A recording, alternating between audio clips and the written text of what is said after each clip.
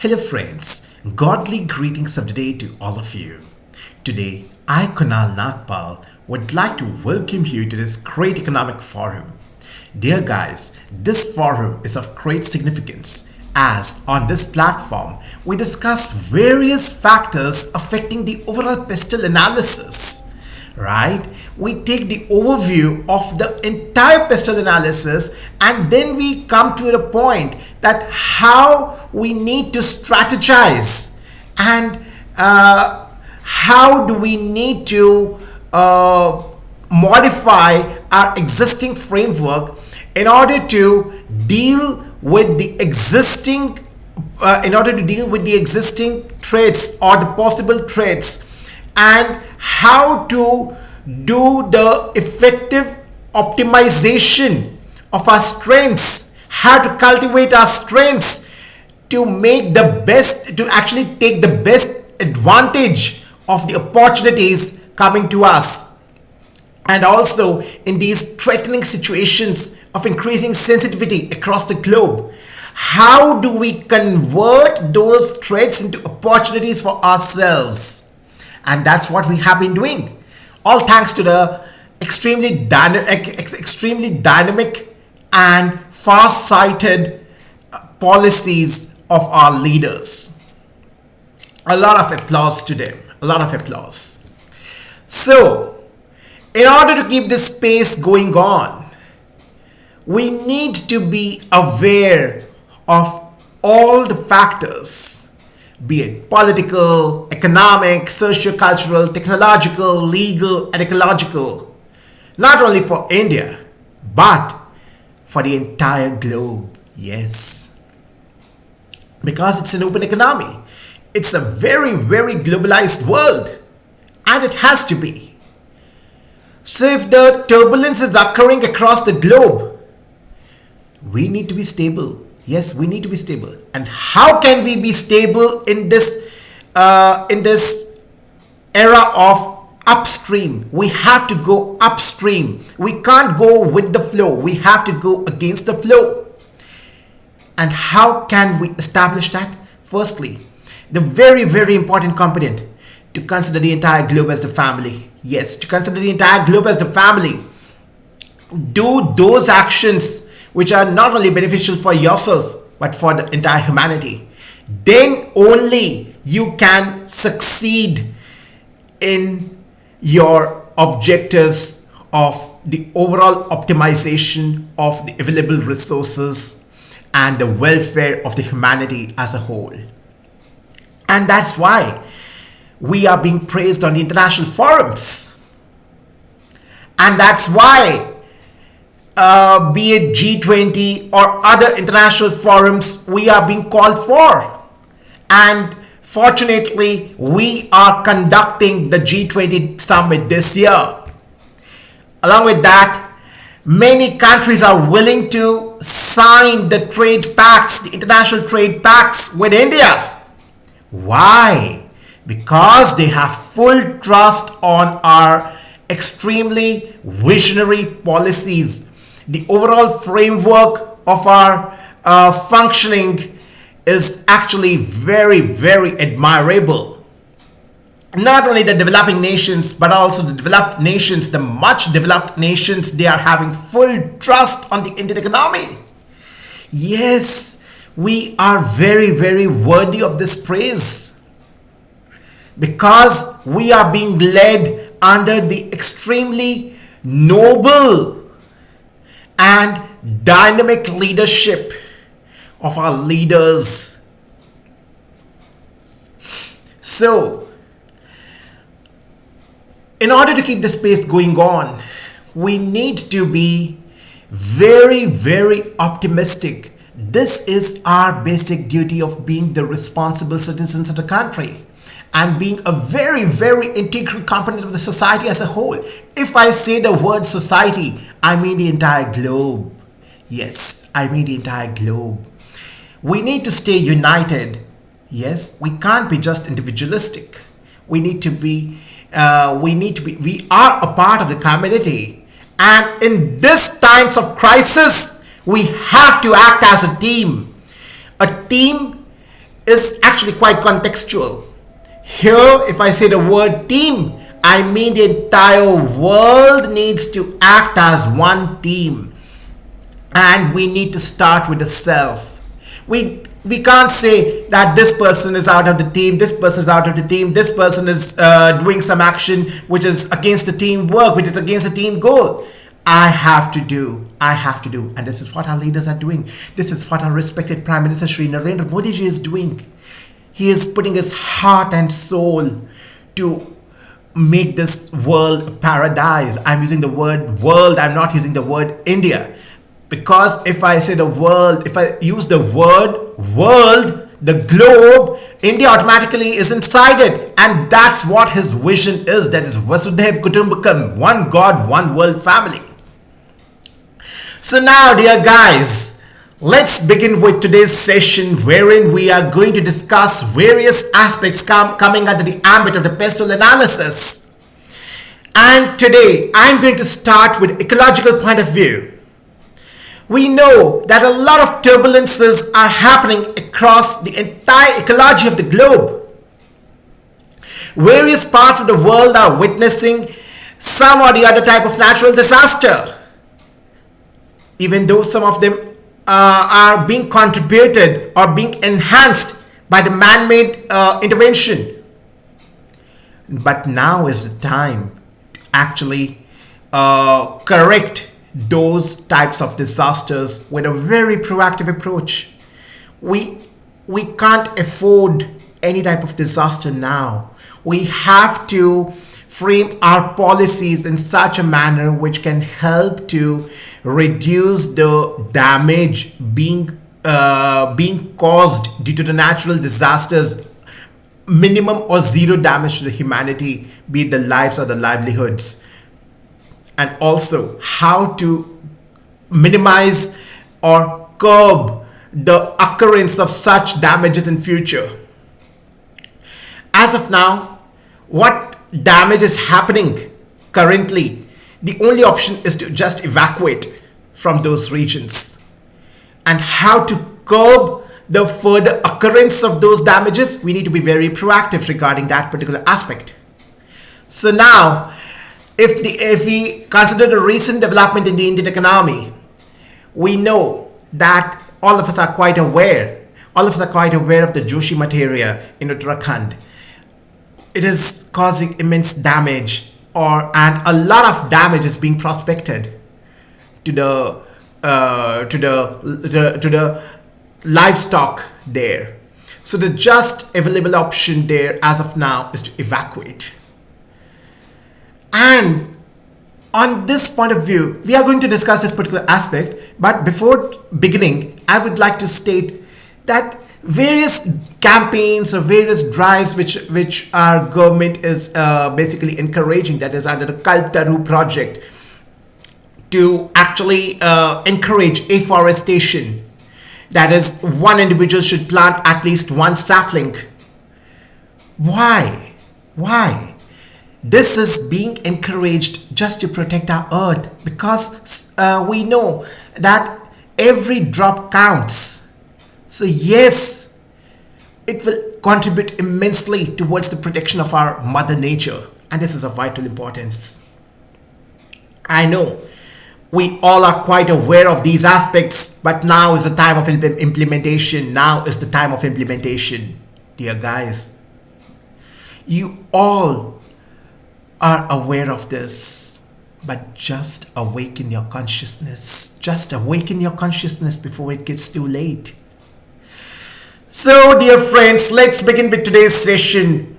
And as discussed, we are going to start with the crises which are happening in the area of Joshimath, in the area of Uttarakhand. So, Joshimath, a cannery in India's mine shaft.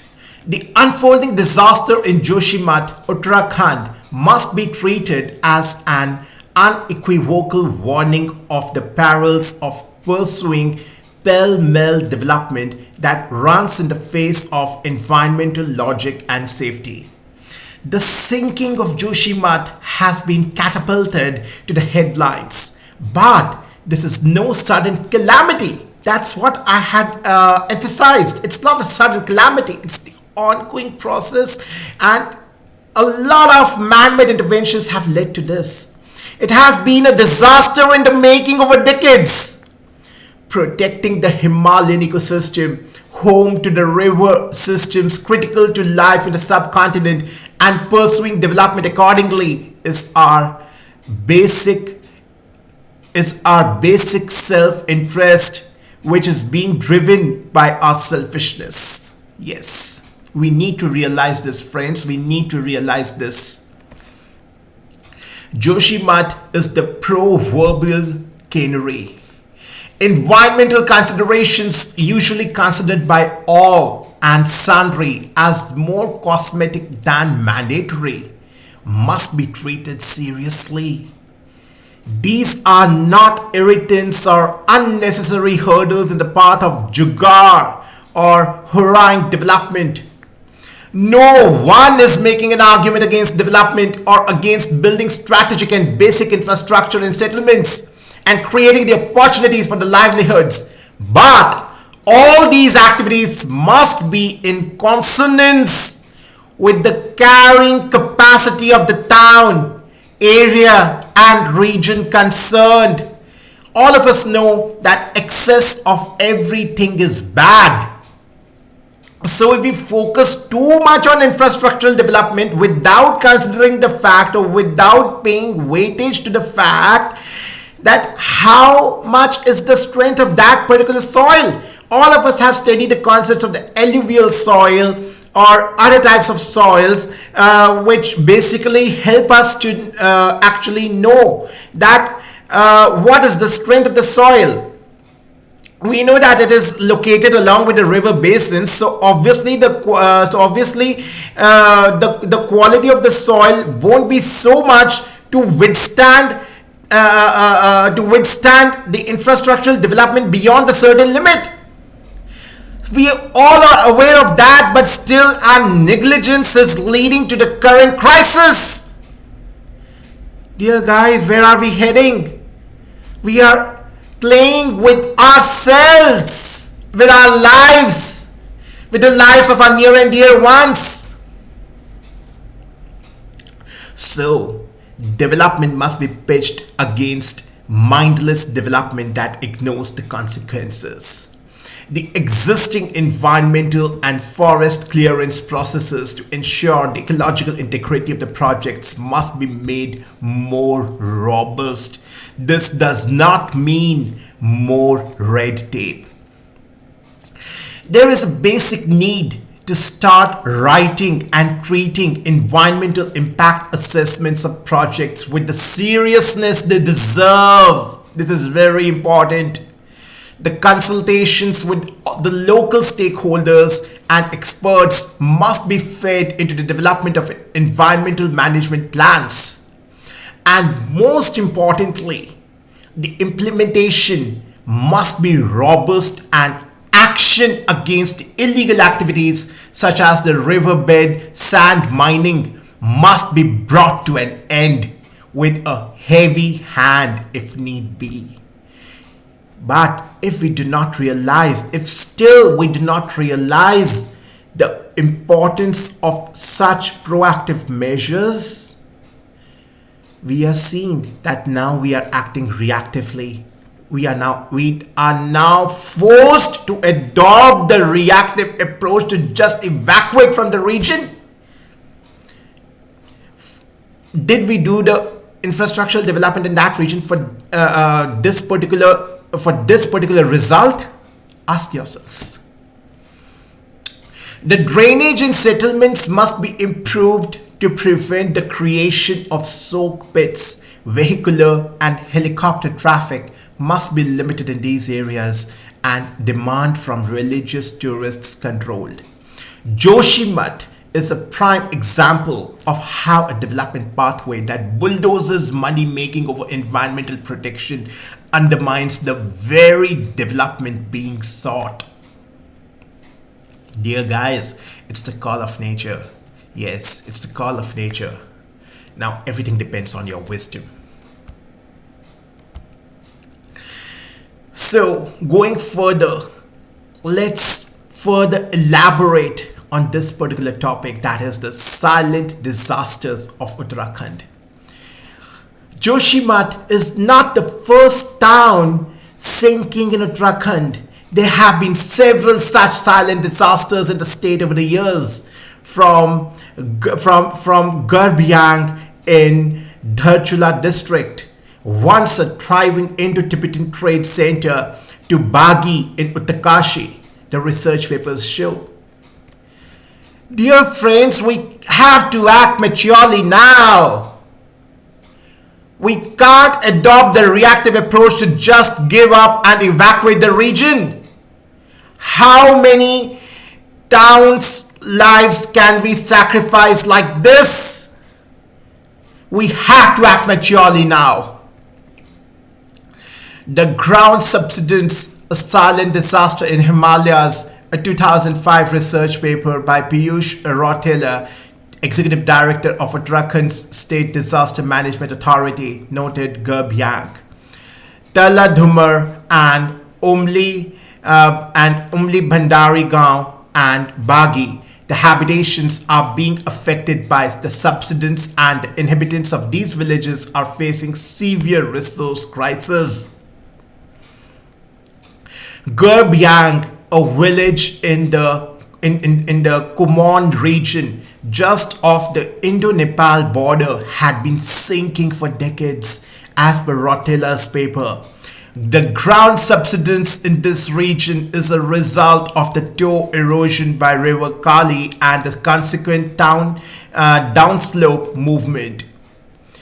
From the 4 key streets in the village earlier, there are virtually none today, as all the streets have merged, resembling a shamble of houses put together in a basket. Taladhumar and Umli Bhandari Gaon, the same situation is seen in these sinking villages of Gauri Ganga River and near the Birdi Fall, respectively.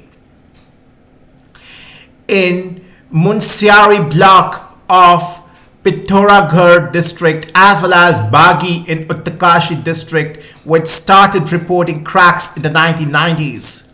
The anthropogenic activities are also the reasons for the subsidence, as seen in Umli Bhandari Gaon, where increased seepage of water due to water harvesting and other work undertaken by the Watershed Directorate and the Department of Soil Conservation in recent years had increased the pace of subsidence, as per the study.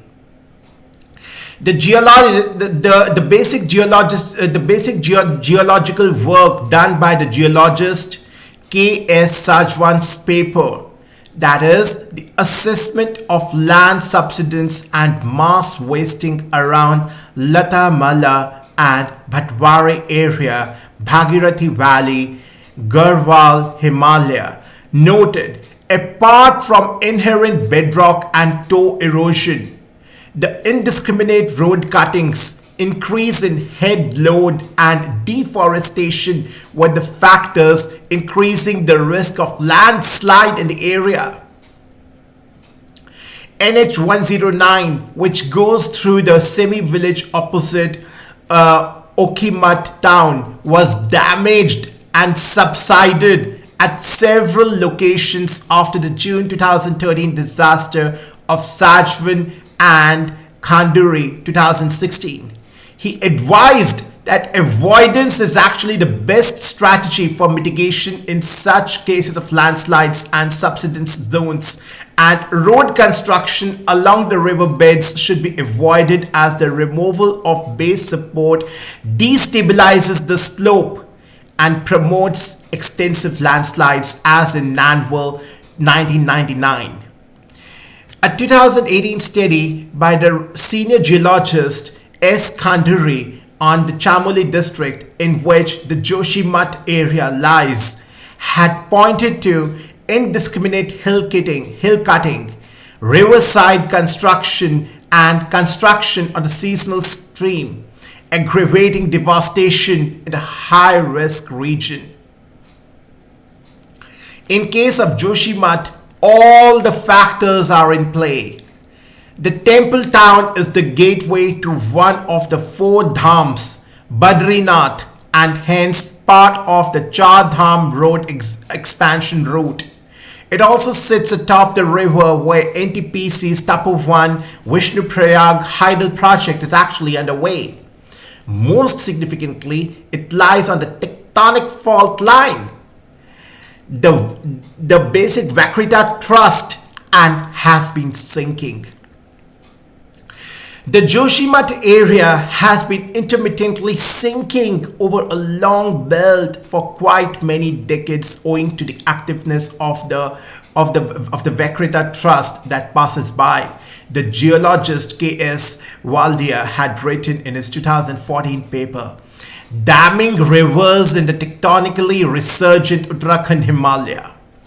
He actually suggested a complete ban on deforestation, mining, and expansion of the settlements, and minimum road building activities in this extremely vulnerable belt following the 2013 disaster. And he mentioned it in 2014, and still we did not act as per his advice, as per his valuable advice. And now in 2023 we are suffering. We are beginning this new year with this disaster, and this is just because of the man-made interventions.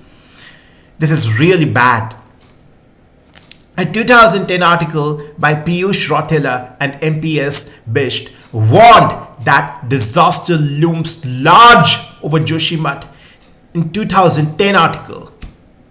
It also noted continuous ground subsidence and signs of distress due to the burgeoning anthropogenic pressure in Joshimath. It cited the 1976 Mishra Commission report that said Joshimath is actually situated on an old landslide zone and is sinking, and heavy construction should not be undertaken in this area. The article singled out the numerous hydropower projects in the area, and in particular the Vishnugarh hydroelectric project. So dear guys, do we actually realize that how risk-taking projects we have undergone? This is really very, very bad. How mercilessly we have been playing with our mother nature, and now who are the sufferers? We are the sufferers. We have played with our lives and the lives of our near and dear ones. Now let's stop now. Let's realize the importance of time now before it gets very, very late. Here I'm talking just about the ecological point of view and only about one particular region in the entire globe. And there are millions of such cases happening across the globe. And millions of other types of ecological damages are happening across the globe, and all of us are quite aware of this particular fact. So let's act maturely. Let's act sensibly. And this is the teamwork. Here, if I am using the word team, I'm again elaborating that here the team basically refers to the entire globe. We have to consider ourselves as a global family, one global family. Then all our actions will be very, very wise. Now, dear friends, going forward, let's discuss another aspect regarding the economics. Recently, while talking to the young students, teachers at a program organized by the Pratiki Trust, Amartya Sen, the Nobel laureate economist, said that the atmosphere of intolerance currently permeating India won't last for long, and that people will have to band together to combat it. When a 7th grade student asked Mr. Sen about the benefits of a combined pursuit, Mr. Sen responded, "Is diversity always good? Of late, India has had diversity which was not there before. There is a need to look at both advantages and disadvantages of diversity." The economists used the platform to basically converse about the growing atmosphere of intolerance with young minds. This situation will not last long. People are being beaten up if they don't agree or simply do not listen to others. People will have to work together. The differences must be sorted out. We need to reduce the distances between us, said the economist, as reported by the Indian Express. And as we had discussed in our previous session, that is in the last to last session, as we had discussed, now is the time of global construction and not of global destruction. So all our actions, our approaches towards the actions have to be based on the basic fundamental of global construction of the unity among diversity and not the other way around. So, when asked by a teacher as how can we retain the country's diversity, the Nobel laureate reminded the audience of what Mahatma Gandhi had said. Mr. Gandhi said during the initial phase of the struggle for independence that we should reduce the distances between ourselves. Our ability to respect others is actually decreasing, and this is actually one of the reasons we are lagging behind, he said. Here, the phrase that is our ability to respect others is decreasing. So our ability to respect the living things and the non-living things both are decreasing. We are disrespecting the nature. We are disrespecting the 5 elements of nature, because of which we are suffering now from the ecological damages. So dear friends, let's realize where we are heading. We should head towards global construction and not global destruction. So let's mend our ways. Our responsibility is only towards ourselves. Self-change leads to world change. Now, as being emphasized by our respected Prime Minister Shri Narendra Modi ji on the Indian diaspora towards the concept of Rashtradoot, that is while addressing the Indians who are working abroad, the basic requirement to actually have the respect for your mother country, then only you can deliver your best to your work wherever you are working. Prime Minister Shri Narendra Modi ji on Monday, that is on 9th January 2023, reached out to Indians living abroad, describing them as the country's Rashtradoot, that is the national ambassador, and urging them to actually become well versed in the country's heritage and achievements and educate the world about it. Addressing the 17th Pravasi Bharatiya Divas Convention in Indore, the Prime Minister Shri Narendra Modi ji underlined that India is actually set to make great strides in coming 25 years. He said, India believes in Vasudhaiv Kutumbakam, a Sanskrit phrase meaning the whole world is one single family, and people who migrated from here to other countries have kept many traditions alive in their adopted nation.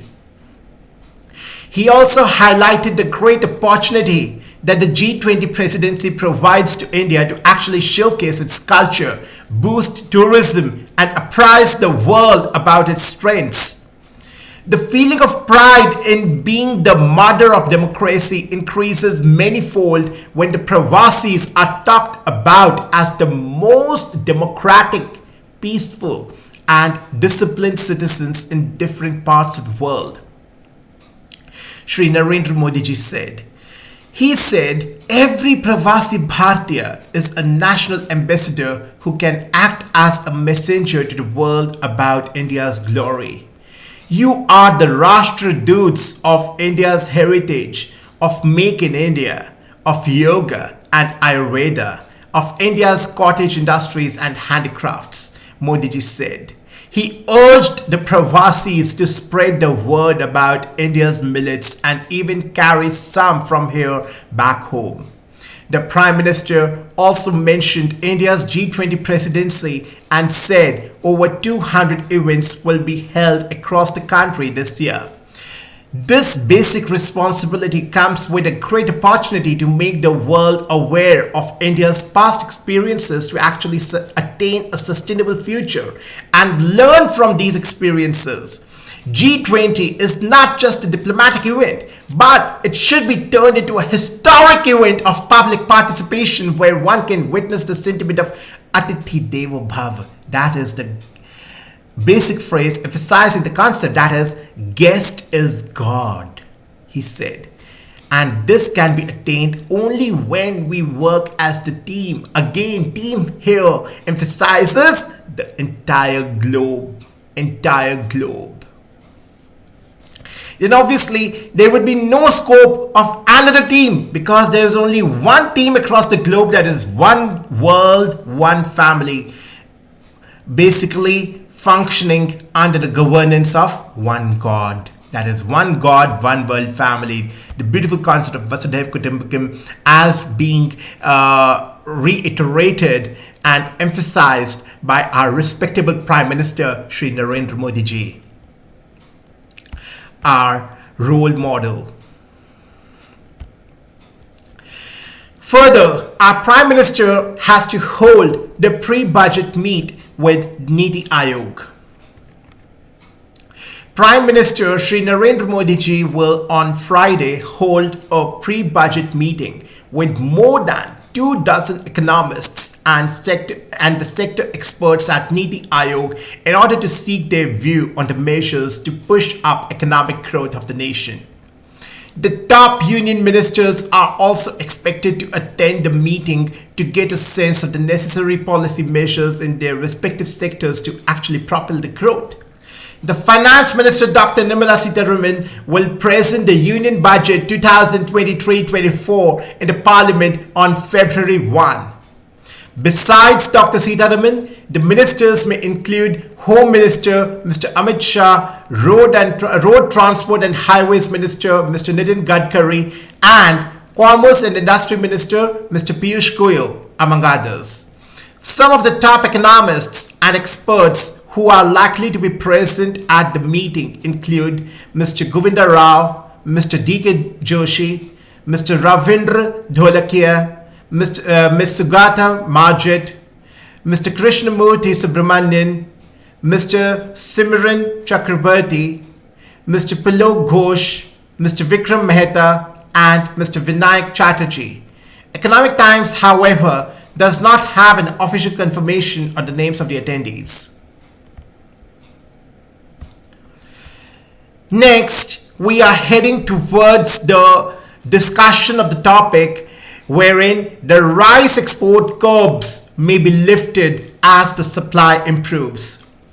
India, the world's biggest rice exporter, is likely to lift the restrictions on grain shipments in a move that would mark a further easing of a global wave of food protectionism after Russia's invasion of Ukraine. The authorities are actively considering removing the curbs on some rice exports as the domestic prices are stable, according to a person familiar with the matter. The government stockpiles are actually adequate to meet the needs of welfare programs, said the person who asked not to be identified as the information is quite private. India accounts for about 40% of the global rice trade. Any relaxation of the export curbs will likely cool benchmark prices in Asia, which are trading near the highest since mid-2021. The move is being discussed as the concerns over food inflation have eased. The global food costs ended 2022 roughly where they started despite a year of disruptions from the war in Ukraine and extreme weather. A spokesperson for the Food and Commerce Ministries declined to comment on this particular aspect. India imposed a 20% duty on the shipments of white and brown rice in September and banned the broken rice sales abroad. The curbs, which applied to about 60% of Indian rice exports, came on top of the restrictions on wheat and sugar sales. Rising global food protectionism risks worsening inflation. The Rice Exporters Association will call on the government to scrap some limits on exports as the domestic suppliers have increased following the harvest of monsoon-fed crops. The industry group will basically seek approval to ship at least 1 million tons of broken rice and request that the 20% of tax on white rice exports be removed, according to B.V. Krishna Rao, president of the group. The officials are also considering selling about 2 million tons of wheat from the state reserves in the local market in order to control prices, according to the person. This may be sold at a fixed price to the users, including 4 mills, the person said. So really, we find this entire write-up very well articulated, helping us to comprehend the matter very, very comprehensively in a very informative manner. And now, let's discuss about another grain that is scheme, that is the free grain scheme, helping the lower wealth inequality. This update is also very, very important, helping us to move towards economic development and realize that the schemes being organized by our respected leaders are actually helping to minimize the economic hurdles. Here, it's wealth inequality. Wealth inequality in the country across the states declined during 2019-2021, with the free distribution of rice and wheat having a profound impact, particularly for the lowest wealth quintiles for the low-income states, said a State Bank of India research report released on Monday, that is 9th January 2023. The report, authored by the SBI Group Chief Economic Advisor Ms. Soumya Kanti Ghosh and the other economists, said the government schemes for the farmers, Rural Employment Scheme and Ujjwal Yojana increased per person per month rural income, and several government direct transfer payments for the poor added 35,000 rupees to a household per annum. So taking a cue from the IMF working paper, which indicated that free food grains distributed to the poor people under the Pradhan Mantri Garib Kalyan Yojana, that is PMGKAY, played a key role in actually keeping extreme poverty in India at the lowest level of 0.8% during the pandemic hit 2020. SBI research tested the impact of the free grain food distribution on the poorest of the poor. So this is really very beautiful news. Now, moving ahead, let's discuss another update by the CEA, which states India is expected to be the $7 trillion economy in 7 years, that is by 2030. The Chief Economic Advisor, Mr. V. Anant Nageshwaran, said on Monday, that is on 9 January, that the Indian economy will be $3 trillion by the end of the current 2022-23 fiscal and is expected to be $7 trillion in the next 7 years, that is till 2030. The government had previously said that India would become a $5 trillion economy by 2025, but now that figure has been revised from $5 trillion to $7 trillion. It's really remarkable. Speaking at the session organized by MCCI, Mr. Nageshwaran said virtually that the calendar year 2023 began in the context of the continuing conflict between Russia and Ukraine, which will actually create the geopolitical and geoeconomic uncertainties. The other major aspect is the opening up of China after 2 years of the pandemic and its impact on the world economy, particularly on retreating oil and commodity prices and also on the growth of the advanced economies of the US and Europe. So in these contexts, the Indian economy will be of the size of 3 trillion US dollars at the end of March 2023 and 7 trillion US dollars in the next 7 years, which is not impossible, Mr. Nageshwaran said.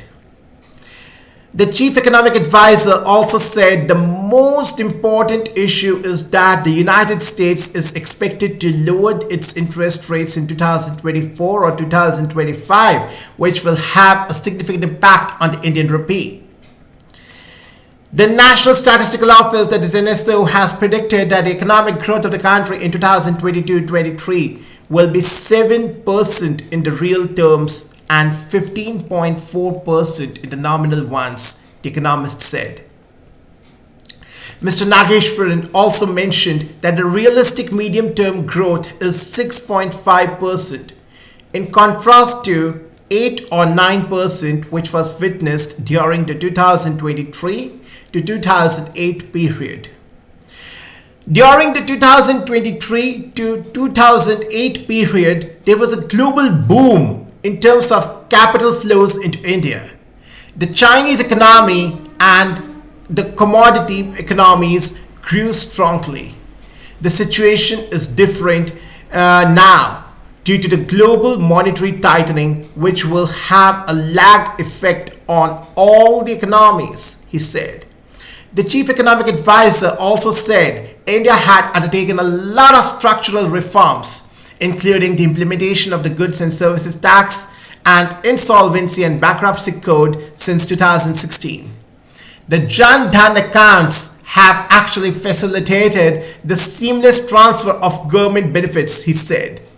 The economist also said several improvements in the digital infrastructure has the potential to contribute 0.2 to 0.5% of the country's gross domestic product. The corporate sector is now deleveraged and willing to borrow, and the private capital formation is actually taking place at the moment. While the banks are having low NPAs, that is the non-performing assets, and are also keen to lend.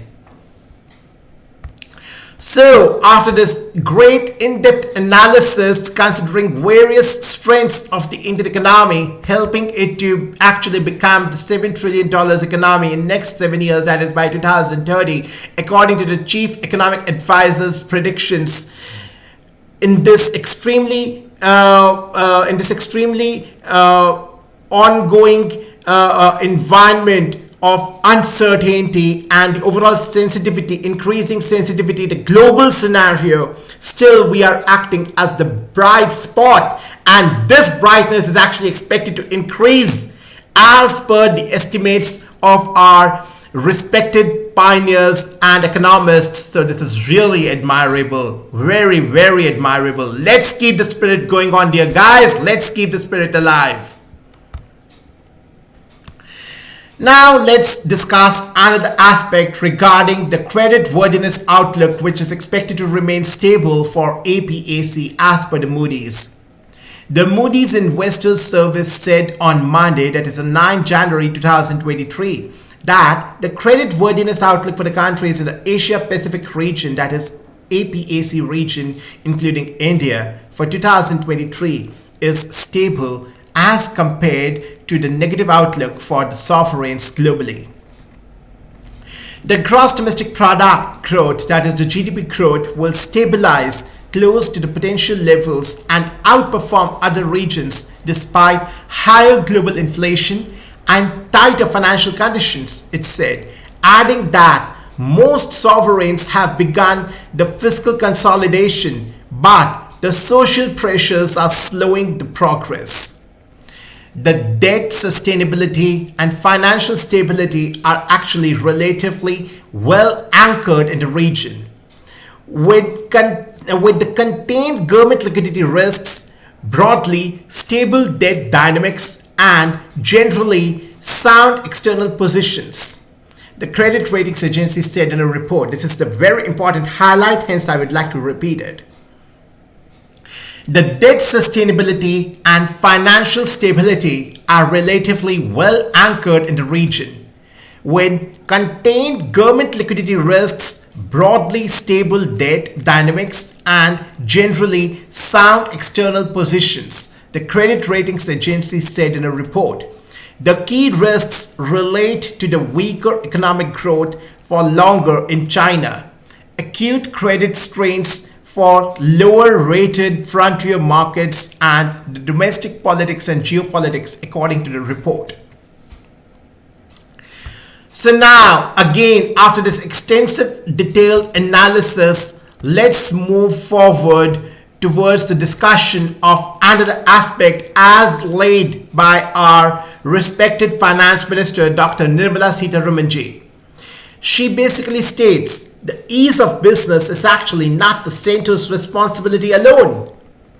The Finance Minister, Dr. Nirmala Sitharaman, on Sunday, that is on 8th January, said the ease of doing business was not the central government's responsibility alone, and there was a need to improve it at the state, district, municipality, and even the panchayat level. Again, we have to act as the team. It's the entire team work which will help us to get successful. So here we have to act together as the nation. The finance minister, who was speaking at an event in Kota, had a word of advice for aspiring entrepreneurs. She said they should be ready to take risks and at the same time not shy away from closing down if the venture is not working. So these are the basic guidelines as being given by our respected pioneer, Srimati Nirmala Sitharaman. The ease of doing business is actually not just a central government responsibility, because business, after all, starts in some state. The central government can actually bring in meaningful regulations, but further down, it is the state government which will equally have to take part in helping to cultivate the concept of ease of doing business. Dr. Sitharaman said during her interaction with the students in the city known for its coaching institutes. Responding to a question as to how can one become an entrepreneur, the finance minister listed 4 features. First, be ready to take risks. Second, familiarize yourself with the government facilities. Third, understand competition. And fourth, be ready to close the shop if your business fails and starts a new venture, she said, adding that closing is actually not a curse. Nobody will actually blackmark you on it. So this is the basic fear existing in the individuals, that if we shut down our business, what will the people say? That's what our finance minister is actually trying to elaborate. That closing is actually not a curse. Nobody will blackmark you on it. So you need to be very high in your self-esteem, and hence your decision-making ability will improve, because only you are aware of your innate strengths and also weaknesses. So you need to do the effective SWOT analysis, helping you to take the maximum utilization of the upcoming opportunities, and also be very, very cautious of the threats, so that you convert those threats into the opportunities for yourself by cultivating your strengths in a very, very effective manner, and also at the same time converting your weaknesses as a strengths. And if in some cases your weaknesses can't get converted as your strengths, try to emphasize more and more on your strengths. It's often said, what we water more, those things basically nurture. That is, where attention goes, energy flows, and where energy flows, things grow. So it's all in your minds. how to take the effective utilization, how to make effective utilization of the available resources through the effective optimization. And that's the basic secret for the successful SWOT analysis. Then, on the digital universities, she said it is making progress and will help in reaching out to the areas where offline universities cannot reach. It's making good progress. A lot of interest has been shown both by the recipients and by the people who are in the field of education to understand how their universities can also become digital. Dr. Sitharaman said in a response to a question. The finance minister was actually on a visit to Kota along with Lok Sabha Speaker Mr. Om Birla to distribute the loans worth 2,500 crore rupees to the street vendors, small-scale entrepreneurs and cattle rearers at a credit outreach program here on Sunday, that is on 8th January 2023. So really, this is very, very insightful discussion. Now, as further elaborated by our respected Prime Minister Shri Narendra Modi ji, the entire world reposing its faith in India to bring stability to the global supply chain, because our country is being highlighted as the bright spot across the entire globe. Hence, we should keep making the light of a lantern glow with full brightness, helping the other nations to get awakened who are still engaged in the quarrels. Amid the ongoing Russia-Ukraine war, the Prime Minister Shri Narendra Modi ji on January 7, 2023 said that the entire world is actually looking up to India to bring stability to the global supply chain. Addressing the second national conference of the chief secretaries in the national capital, that is Delhi, PM Modi recalled the development milestones achieved by the country since the last conference in June 2022, citing various instances like India attaining the presidency of G20 and becoming the fifth biggest economy in the world, and underlined that states and centers should work together, the aspect which we had discussed the other day regarding cooperative federalism, and hence scale up the speed of progress.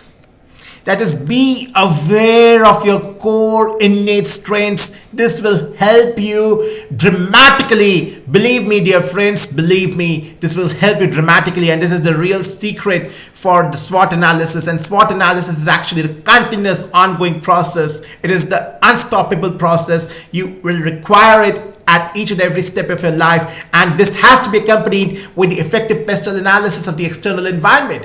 So, these two analyses, that is SWOT analysis and pestle analysis, are the main building blocks of the success of any individual and the success of the team. Here, the team refers to the entire globe.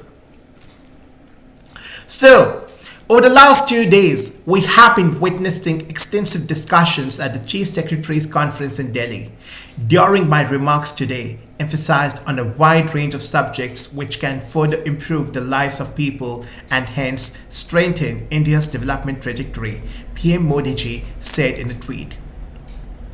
He said that he also called upon the chief secretaries to focus on ending the mindless compliances and those laws as well as the rules which are outdated.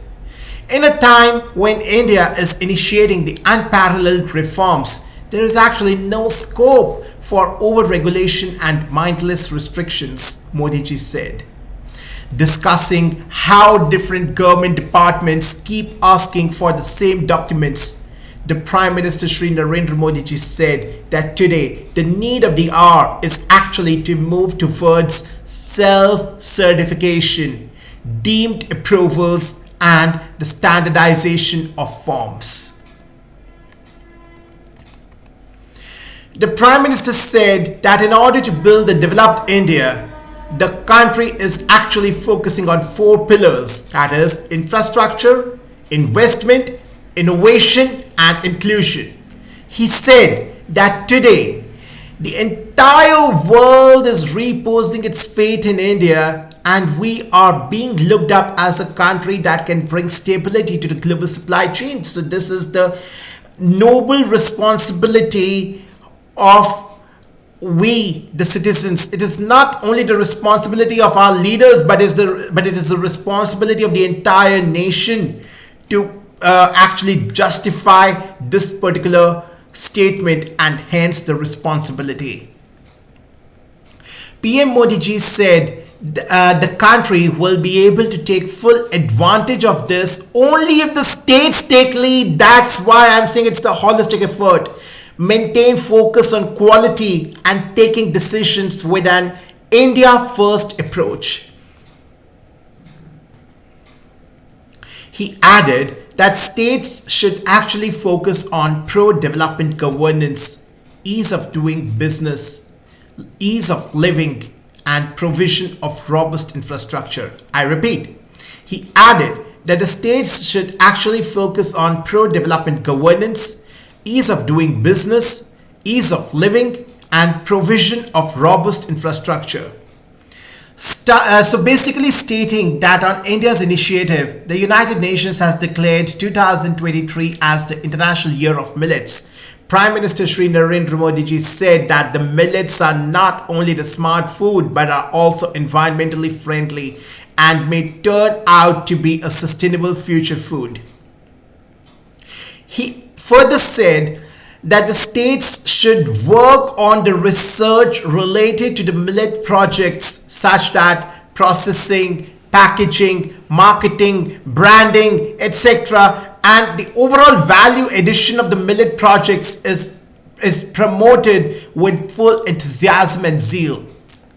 Modi ji also discussed establishing millet cafes at the prominent public places and state government offices across the country, adding that millets may be showcased in the G20 meetings as well, being held in the states.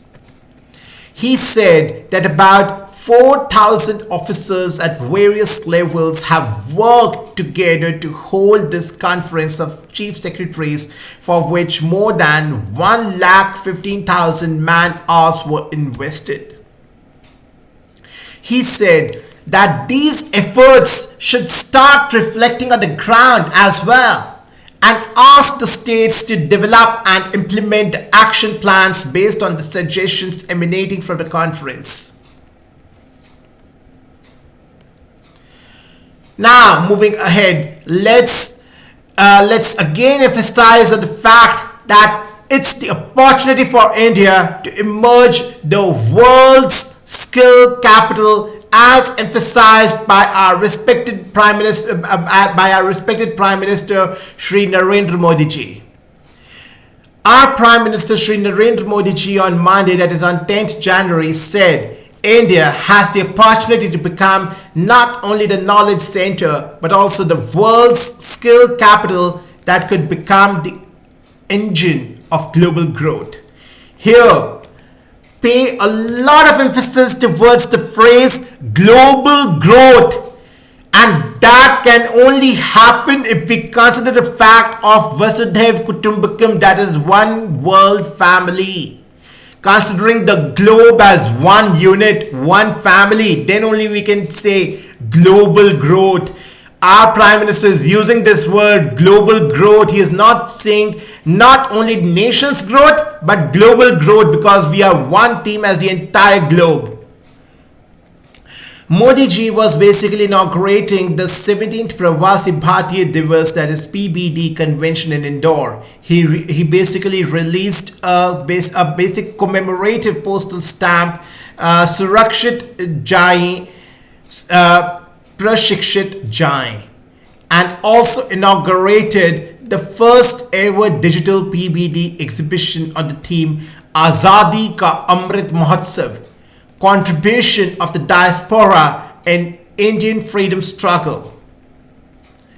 The PBD is the flagship event of the Government of India that provides an important platform to engage and connect with the overseas Indians and hence enable the diaspora to interact with each other. The basic theme of this PBD convention is diaspora, reliable partners for India's progress in Amrit Kal.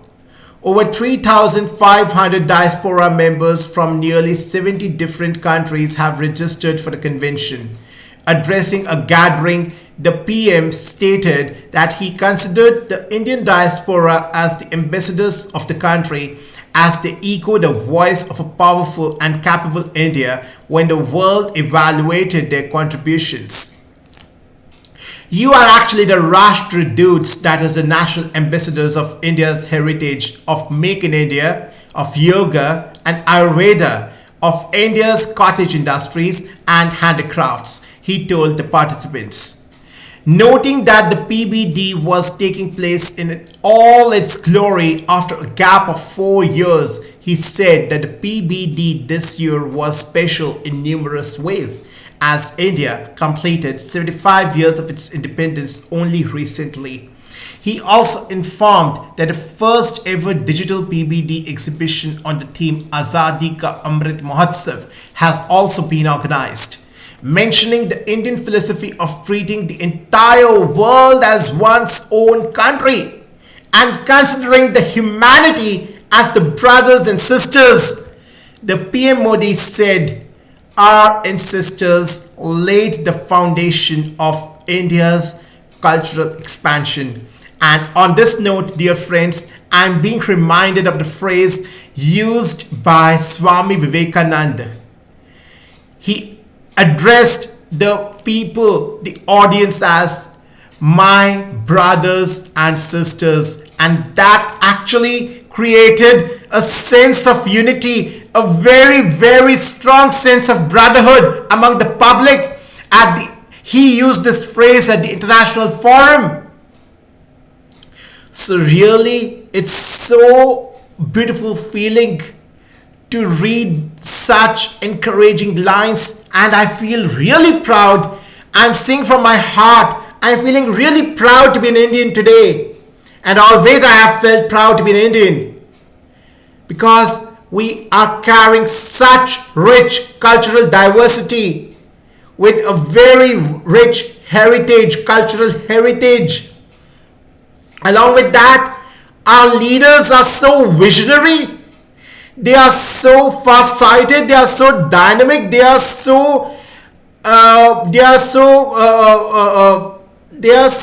flexible. Moreover, they are adopting such a beautiful approach towards their entire outlook of the basic process of decision making. With such a noble intent, it's really overwhelming, dear guys. It's really overwhelming. I'm sure you all listeners must be filled with great pride of patriotism after listening to these great lines. So, speaking about the world of today, he highlighted that Indians have traversed all parts of the globe while living among different cultures and traditions, and yet found ways to unlock the gates of prosperity through business partnerships. When we look at the crores of Pravasi Bharatiya on the global map, the myriad of images emerge simultaneously which paint the picture of Vasudhaiva Kutumbakam, and the feeling of Ek Bharat, Shresht Bharat comes to the fore when two Pravasi Bharatiya meet on any foreign land, he added. Very true, sir, very true. And the PM said, the feeling of pride in being the mother of democracy increases manyfold when the Pravasis are talked about as the most democratic, peaceful and disciplined citizens in different parts of the world. He further said, the Pravasi Bharatiya has another important role to play in addressing the world's desire to know more about India. He said, the world was watching India keenly, with great curiosity, and highlighted the extraordinary achievements of the nation in recent years. The PM gave the example of the Make in India vaccine and the record inoculation figures of more than 220 crore free doses to the Indians. He also mentioned India's emergence in the global economy during the current period of instability and becoming the fifth largest economy in the world. Modi ji also gave examples of the rising startup ecosystem and Make in India in electronics manufacturing sector. He highlighted Tejas fighter planes, aircraft carriers, INS Vikrant and nuclear submarine Arihant and said that it was only natural for the people of the world to be curious about India. He urged everyone present on the occasion to enrich their knowledge not just about India's culture and tradition, but also about the nation's progress. The PM highlighted that India was taking over the G20 presidency this year and the responsibility came with a great opportunity to make the world aware of countries' past experiences in order to attain a sustainable future and learn from these experiences. He suggested that there should be a sustained effort to document the lives, the struggle and the contributions of the Pravasi Bhartiyas for their respective countries through the universities and research institutions. Each and every Bharatvanshi carried the entire India with him or her. In the last 8 years, India has tried to strengthen its diaspora. It is India's commitment today that whatever you are, the country is for your interests and expectations, he said. So, this is truly marvelous after going through such insightful discussion by our respected Prime Minister Shri Narendra Modi ji. Now, further elaborating on the next topic of making India a land of opportunity for the American companies, which is actually the reality today. The trusted supply chain partner. This is the statement made by our respected Minister Shri Piyush Goyal ji. India today is a land of opportunity and can be a trusted partner for the global and American corporations in their supply chains and investment portfolios, the Commerce and Industry Minister Piyush Goyal ji said. He also exuded confidence that the country will soon be the third largest economy in the world as transformational reforms and a young population drive future growth. I would urge all of you to take this message to the world, the Americans and the American corporations and to the sphere of influence that each one of you has that India is the place to be. India can be your trusted partner in your supply chains, in your investment portfolio, in your business. Mr. Goyal said on Sunday, that is on 8th January 2023, as he addressed the diaspora and members of the American Indian community at a reception here. Mr. Goyal basically arrived in New York on Sunday, that is on 8th January on an official visit till January 11, during which he will also travel to Washington DC.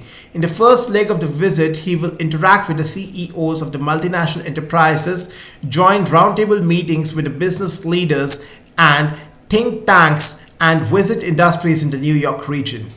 He will attend the 13th Trade Policy Forum meeting, that is the TPF meeting in Washington on January 11, and also hold a bilateral meeting with the US Trade Representative Ambassador Miss Tai, that is Miss Catherine Tai.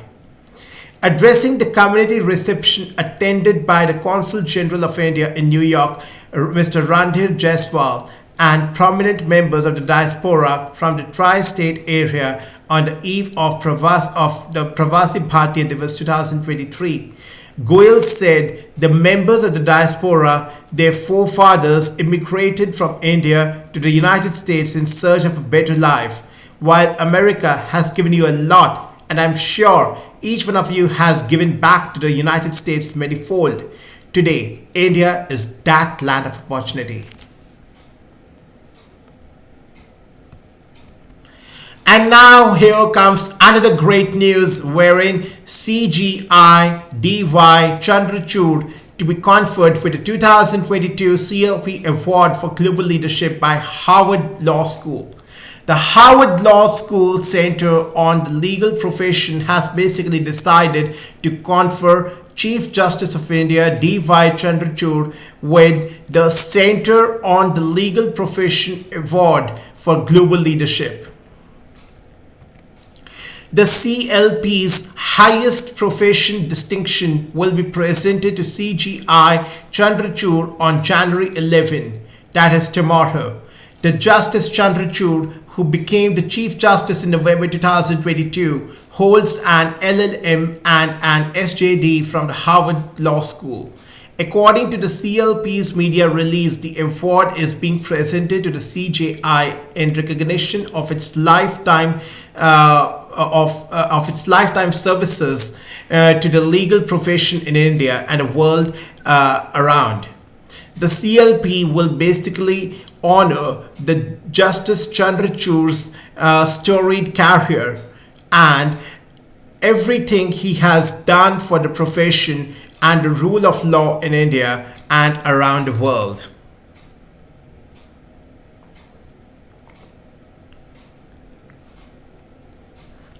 The release has basically quoted David Willings, CLP faculty director, saying, "I know how much India and indeed the world need Justice Chandrachud's leadership, particularly on the issues such as mental health and the well-being of lawyers, which he spoke about so eloquently at our conference in 2017, long before the global pandemic placed this issue in the forefront of the profession's consciousness."